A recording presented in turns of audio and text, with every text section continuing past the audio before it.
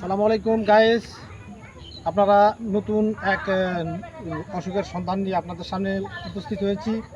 অসুখটি ছোট বাচ্চাদের, যাদের শিশু বাচ্চা, যেগুলো শিশু বাচ্চা তাদের জন্য সুন্দর একটা টিপস নিয়ে আপনার সামনে উপস্থিত হয়েছি। টিপসটি হচ্ছে এই যে কাশা দেশি, এটার নাম হচ্ছে সাহিত্যিক ভাষায় অন্য বিভিন্ন ধরনের জায়গায় বিভিন্ন নাম আছে।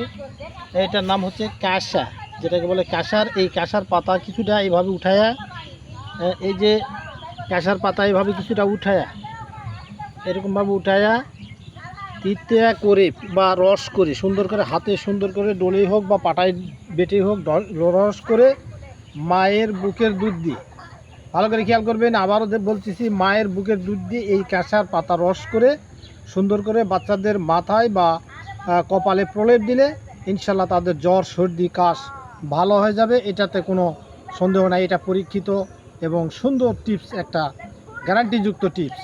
আসসালামু আলাইকুম।